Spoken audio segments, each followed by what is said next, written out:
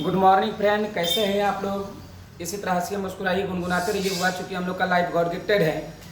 मैं आईटीआई के पर्पज़ से ऑल कंपटीशन का चीज़ पढ़ा रहा था मैं आपको, और 5वां क्लास हो चुकी है, ये 6ठा क्लास है आपका। अब मैं आईटीआई नहीं लिखूंगा और डायरेक्ट ऑल कंपटीशन लिखूंगा, चाहे वो रेलवे हो, कंपटीशन हो, चाहे किसी भी माध्यम से आप दृष्टिकोण से आप देखते हैं किसी भी कंपटीशन को, तो आसानी से हमारा चैनल को सब्सक्राइब करके आप पढ़ सकते हैं। आप खुद पढ़ेंगे और दूसरों को भी ये बात कहेंगे कि पढ़ने के लिए, मेहनत करने के लिए, और मेरे लिंक को शेयर कीजिए और सब्सक्राइब भी करवाइए। जो आपका निजी करीबी होता है उनको कहिए कि लाल अक्षर में लिखा होगा लेटर में आपका नीचे सब्सक्राइब, जहाँ वीडियो देखते हैं उसके जस्ट नीचे लिखा हुआ रहता है, आप उसे दबा दीजिएगा। घंटे का बटन आएगा, आप उसे दबाइएगा तो 3 ऑप्शन आएगा। सबसे ऊपर वाले ऑल वाले घंटे में दबा दीजिएगा, मेरा नोटिफिकेशन सबसे पहले आप तक पहुँचेगा। तो हम कहेंगे आप घरों में रहिए, सुरक्षित रहिए। जब तक सरकार आपको एलाउएट किया है कि आप घरों में रहिएगा और ऑनलाइन पढ़ाई के जरिए से आप अपना अच्छा रिजल्ट कर सकते हैं। और जो चीज़ आपको समझ में नहीं आता है कमेंट्स बॉक्स में लिखें या हमें कॉल करें हुआ, और मैं आपको बताऊंगा कि कहाँ पर क्या हुआ था। मेरे पास भी वीडियो रहता है, मैं घुमा के वहाँ से देख लूँगा और आपको बता दूंगा कि यहाँ पर मैंने ऐसे किया है। तो आइए हुआ आगे बढ़ते हैं। हम लोग कंपटीशन का 6ठा क्लास कर रहे हैं। तो 6ठा क्लास में मैं लिखे हुआ कि मैं जो पढ़ा चुका था भाजकों की संख्या,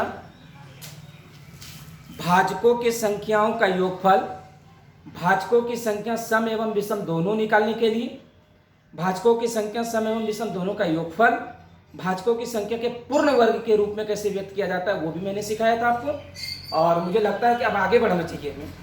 तो आगे बढ़ना चाहिए तो दो संख्याओं के गुणनफल के रूप में व्यक्त करने के प्रकार। अब देखिए भाई, इसका सूत्र होता है यहाँ पे n/2, यानी n/2। n क्या है सुधा? तो n है वेयर n इक्वल टू भाजकों की संख्या। क्या है ना? भाजकों की संख्या। और भाजकों की संख्या हम पहले निकाल चुके, हम जानते हैं सारा चीज को, अब अच्छी तरह जानते हैं। 360 को दो संख्या के गुणनफल के रूप में कितने तरीके से व्यक्त किया जा सकता है? सवाल यही है सुगा एग्जाम हॉल का। तो कंपटीशन में आसानी से कैसे बनाएंगे बुआ? हम पूछेंगे कि 6, देखिए समझने के लिए 6 को बोलेंगे कितने तरीकों से, 2 को रूप में व्यक्त करना है, कहता है 2 संख्याओं के रूप में। तो 3 गुना 2 कर दीजिएगा सुगा, 2 गुना 3। तो आप कहिएगा सर 1 और 1 2, 6 गुना 1 सर, और 1 गुना 6, यानी कि कितने बार? 1 2 3 4। लेकिन मैं कहूंगा कि अच्छा ठीक है, आप 1 2 3 4 निकाल चुके हैं, तो 360 का निकाल के दिखाइए। तो निकल जाता है, कभी ना निकलता है तो ऐसा होता है, ठीक है ना। तो क्या करवे इन्होंने रख रहा है, इसको हम लोग करेंगे 2 से डिवाइड, एलसीएम करेंगे इसको। एलसीएम किए 2 से दिए हुआ 18 दूनी का 36, फिर 2 से दिए 90, फिर 2 से दिए 45, फिर 3 से दिए 15, फिर 3 से दिए 5। अब आप देखें दोनों 2 1 2 3, यानी 360 को लिख सकते हैं। 2 का 3 पावर दिया है, 3 बार आया है, और 1 और 1 3 कितने बार आया है? 2 बार आया है, और 5 1 बार आया है। अब करना क्या है, भाजकों की संख्या निकालने के लिए, यानी n निकालने के लिए होगा तो पावर में 1 जोड़ते हैं, 3 और 1 पूर गया 4, और 2 में 1 जोड़िएगा सुगा 3, और 3 इसमें जोड़िएगा 1 तो हो जाएगा 2, 4 3 12, तो 12 दूनी 24, ये 24 हो गया। अब कहते गुण, हमको 2 संख्याओं के गुणनफल के रूप में व्यक्त करने के लिए n/2 कर दीजिए, अर्थात ये कह रहा है हमको n/2, यानी 24 में 2 से भाग दीजिएगा सुन, तो आएगा कितना? 12। यही हो गया आपका आंसर। उतारिए।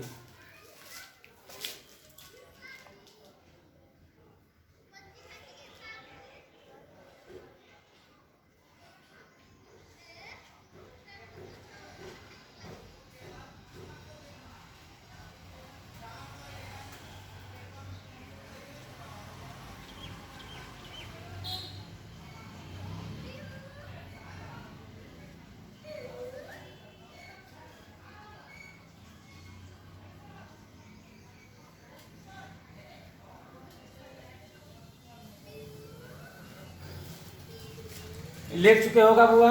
अब देखिए 2 तरीके n/2 होता है। n बराबर भाजकों की संख्या आप अच्छी तरह जानते हैं, 360 के 60 को दो संख्याओं के रूप में, गुणनफल के रूप में कितने तरीकों से व्यक्त किया जा सकता है। इसी के जगह पर मैं ये कहूँ आपको 460 रहे, 420 रहे, 430 रहे, 500 रहे, 1000 रहे, 2000 रहे, अगर दो संख्याओं के गुणनफल के रूप में ज्ञात करना हो तो हम आसानी से कर सकते हैं ना, बोल आसानी से कर सकते हैं ना। इसे अगर ये डाटा हम लोग अरेंज करते हैं दोस्त तो आसानी से हल कर लेंगे। और मैं आपसे यही कहूँगा नू कि आप एक नहीं 4, 5, 10 उदाहरण लेकर के बनाइए दोस्त।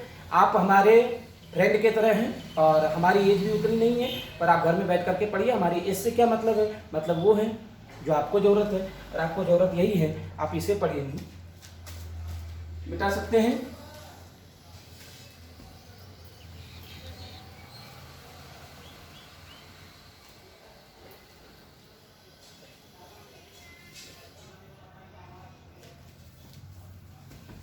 आगे नहीं, आगे सवाल में हमको दिया हुआ है कि 60 के विषम संयुक्त भाजकों की संख्या, बहुत इंपॉर्टेंस है, प्रश्न होता है 60 के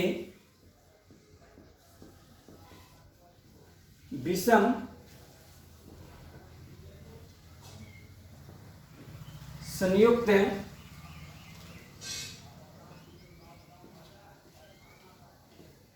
भाजकों की संख्या ज्ञात करें।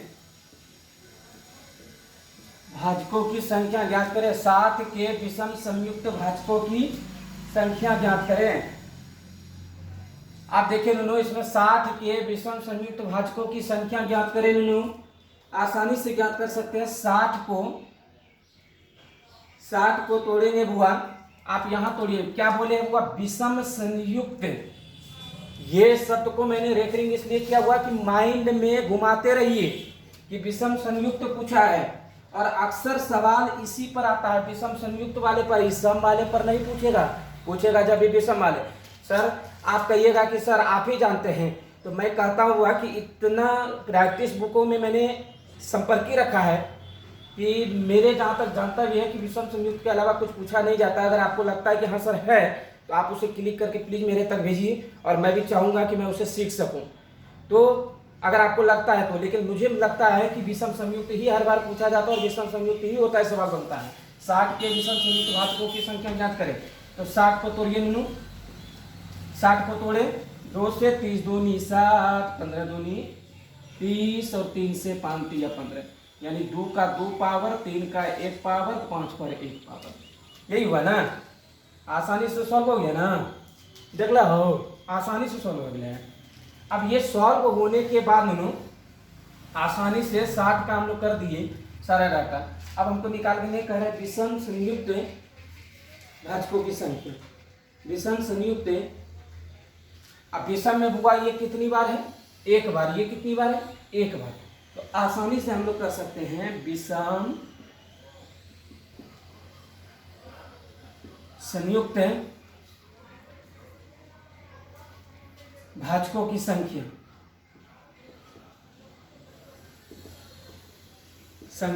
सम से हमको कोई मतलब नहीं है, सम से मतलब हमको नहीं है। विषम में क्या है वो 3 और 5, यही है 3 और 5, आगे कोई रिलेशन तो है नहीं। 5 3 लिख सकते हैं या 3 5 लिख सकते हैं, यही कर सकते हैं आप। तो एक प्रकार से कहते हैं ना कि भाजकों की संख्या कितनी है ना, तो कहते हैं भाजकों की संख्या यहाँ ये 3 और 5 एक हो गया, यानी एक प्रकार से। अगर 3 गो रहता तो रिलेशन बना बना के देते, ठीक ना, अगला अगला आंसर हो गया।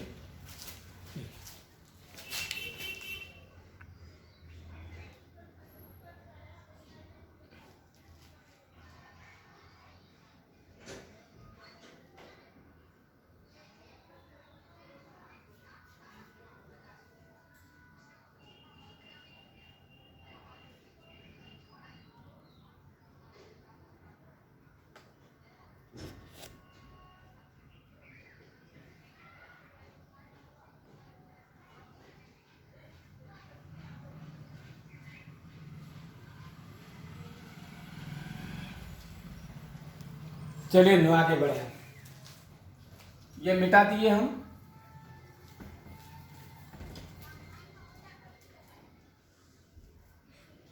कल एक नया चैप्टर को लेकर के हम आपके बीच आएंगे। आज कम ही पढ़ा सके आपको, खैर अफसोस नहीं कीजिए हम, और कल एक नया चैप्टर लेकर के आएंगे और नई शुरुआत करेंगे हम लोग, है ना। आज आप अगर एक ही सवाल सीख पाए तो आप उसी को रखिए और बढ़िया से एक एक सवाल को अति कीजिए। ये क्लास चलता रहेगा, टेंशन नहीं लीजिए। जब लॉकडाउन समाप्त भी हो जाएगा तो भी ये क्लास पढ़ाई जाएगी। ये कंपटीशन का क्लास हमेशा चलता रहेगा। जब तक हमारा चैनल चलता रहेगा, जब तक हम चलते रहेंगे, तब तक कंपटीशन की सिलसिलाएँ चलती रहेगी। आप टेंशन नहीं लीजिए, हंसिए मुस्कुराइए, गुनगुनाते रहिए। बुआ अगले पौधान आपका होना चाहिए और पूरी दुनिया सैल्यूट करे आपको। और चूँकि हम लोग का लाइव क्या है, गॉड गिफ्टेड, धन्यवाद।